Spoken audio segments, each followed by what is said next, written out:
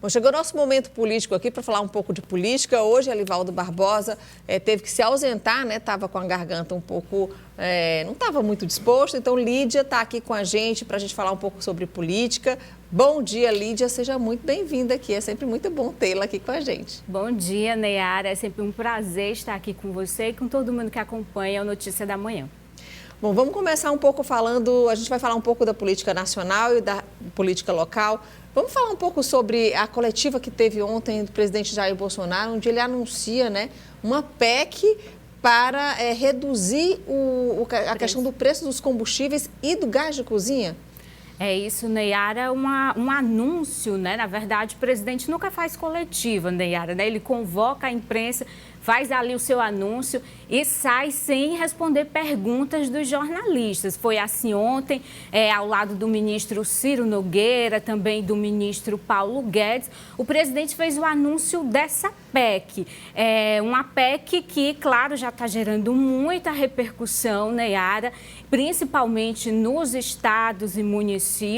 Primeiro porque até o momento, Neyara, a gente tem aí as imagens, né, do momento da fala do presidente. Primeiro porque o ministro Paulo Guedes ainda não explicou muito bem como é que, de onde virão, né, os recursos para a compensação prometida aos estados e municípios. O ministro falou, Neyara, em recursos da privatização da Eletrobras, né? Ainda não aconteceu, o processo está numa fase bem embrionária ainda dessa discussão de privatização da Eletrobras e o ministro também não esclareceu qual vai ser o custo. Ele falou, Neyara, entre 25 e 50 bilhões, né? Já tem quem diz que a equipe econômica está trabalhando com um valor aí de 40 bilhões. O ministro também falou, Neyara, no prazo, né? Essa PEC teria aí um prazo, uma validade de 6 meses, né? E chama atenção, Neyara, porque é um período eleitoral, né? A gente está no pré-eleitoral, mas cada vez menos pré, né? Já a campanha mesmo, a gente vendo a campanha Lídia, bem acirrada. A gente tem um pouco da fala do presidente para a gente entender melhor qual é a proposta, né, dessa PEC. O que essa PEC veio, como que deve acontecer? Estamos propondo aos senhores governadores o 17% que fica para eles, em uma vez aprovado o projeto de lei complementar, nós, o governo federal, zerarmos o ICMS do diesel e nós pagaríamos aos senhores governadores isso que eles deixariam de arrecadar. Também, no gás de cozinha, nós zeramos o imposto federal PIS/COFINS desde o ano passado e desde que os senhores governadores entendam que possam também zerar o ICMS, nós, o governo federal, ressarciremos aos senhores governadores o que eles deixarão de arrecadar. Também na gasolina e no etanol, lá no projeto de lei complementar, cai para 17% o ICMS e o governo federal se dispõe a zerar o seu tributo federal, PIS, COFINS e CID. Ou seja, a gasolina também deixaria de ter imposto federal. Então, para ver se eu entendi, o presidente Jair Bolsonaro propõe zerar o ICMS para o diesel e gás de cozinha, certo? Mas caso essa outra proposta seja aprovada de colocar um teto de 17%, aí ele vai ressarcir esses estados com esse 17% que seria zerado aí do diesel e do gás de cozinha, é isso? Tem aí tem uma PL, né, que já está lá no Congresso sendo discutido, que é essa questão do teto de 17% para a cobrança do ICMS pelos estados. O que o presidente está fazendo, Neyara? Ele está colocando aí os governadores contra a parede, né? Ele coloca, olha, eu tenho essa proposta, essa PEC agora, o governo federal vai zerar os impostos federais, PIS, COFINS, e CID, mas para isso é preciso que os governadores façam a sua parte, que é chegar a um consenso com o Congresso para que essa PL do teto de 17% sobre o ICMS possa ser aprovado o mais rápido possível. O governo federal tem pressa que essa proposta que já foi aprovada na Câmara, está agora no Senado Federal, possa ser aprovada. O que foi que o governo colocou? Então, aprovando essa questão do teto de 17% do ICMS, o governo envia ao Congresso essa PEC que foi anunciada ontem, prometendo, Neyara, essa compensação aos estados, caso os estados venham aí... Zerar o ICMS. O ICMS entrando essa diesel e gás de cozinha. Isso, entrando aí também essa novidade do etanol.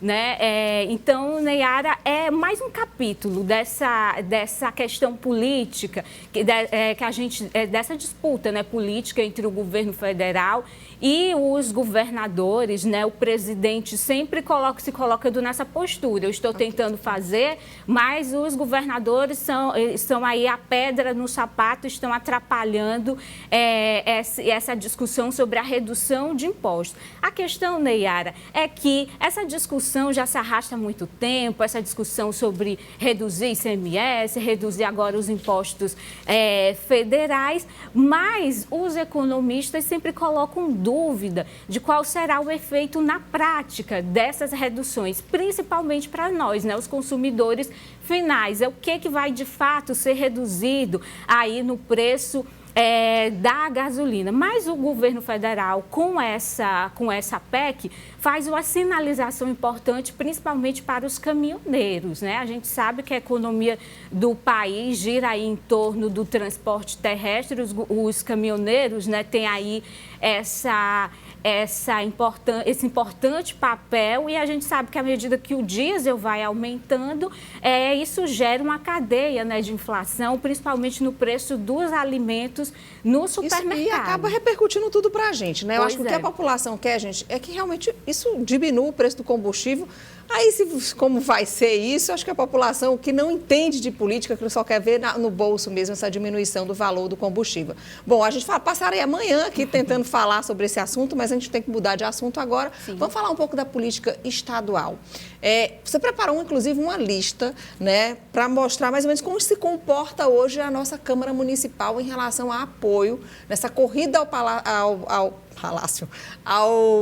Palácio de Karnak, exatamente, Palácio de Karnak, em relação ao pré-candidato Silvio Mendes e o pré-candidato Rafael Fonteles. Fala um pouquinho para a gente dessa lista. A gente vê aí, Neyara, a importância, né, que os candidatos estão dando para Teresina nesse processo de pré-campanha. Tanto o Silvio Mendes quanto o Rafael Fonteles, eles estão aí realizando diversas atividades na capital. E os dois pré-candidatos, eles têm um interesse especial lá na Câmara de Teresina, né? Eles estão em conversas com os vereadores. O apoio dos vereadores nesse momento é importante. A gente tem aí uma primeira cartela dos apoios, né, lá na Câmara de Teresina, já declarados ao nome de Rafael Fonteles. Tem aí os 3 vereadores do PT, né, claro, o partido de Rafael Fonteles. Tem aí vereadores que seriam naturalmente da oposição, Neyara, 2 nomes do PSDB, Venâncio Cardoso, Gustavo de Carvalho, 2 vereadores aí sem partido, Vinícius Ferreira, Marquinhos Costa, o vereador Levino de Jesus, que é do Republicanos, do prefeito Doutor Pessoa, também já está nessa lista aí de Rafael Fonteles, tem mais nomes, Bruno Vilarinho do PTB, Luiz Lobão do MDB, Enzo Samuel do PDT, o PDT ainda é bem dividido, né? Enzo fica aí com Rafael Fonteles, Fernanda Gomes do Solidariedade, Luiz André, do União Brasil, Roberval Queiroz. Do União Brasil vai ficar com Rafael Fonteles? Ele rompeu com Silvio Mendes. Okay, então. Eles tiveram aí um atrito, ele rompeu com Silvio Mendes e está com Rafael Fonteles. Roberval Queiroz, Joaquim Caldas, que é do MDB, ele é suplente, e Zé Filho, do Republicanos, que também é suplente. Essa é a lista, Neyara, que está circulando lá na Câmara de Teresina de apoios a Rafael Fonteles nesse momento. A gente tem aí outra cartela, que são dos apoios até o momento declarados a Silvio Mendes. Jeová Alencar, que é um apoio muito importante ao presidente da Câmara de Teresina, do Republicanos, Evandro e Alain Brandão. Os dois são do PDT, mostrando aí a divisão do partido, já que Enzo está com Rafael Fonteles. Aloysio Sampaio, do Progressistas, naturalmente estaria com Silvio Mendes. Edson Melo, do PSDB, na verdade, não do Progressistas. Tem mais nomes. Tanandra Sarapatinhas, do Patriota, Valdemir Virgínio, do Progressista, Paulo Lopes, do PSDB e Antônio José Lira, do Republicanos. Esse é, no momento, Neyara, o cenário que a gente acompanha lá na Câmara de Teresina. Tem nomes faltando aí, Neyara, nomes que ainda não se decidiram porque estão esperando questões internas dos seus partidos. E alguns desses nomes, Neyara, estão esperando uma posição do prefeito Doutor Pessoa. Doutor Pessoa ainda está com Covid, mas tem uma reunião do Republicanos marcada para sexta-feira. E aí a expectativa se Doutor Pessoa vai participar ou não. O secretário de Comunicação, Lucas Pereira, acabou de afirmar aqui que Doutor Pessoa não recebeu liberação médica ainda, está com muita tosse.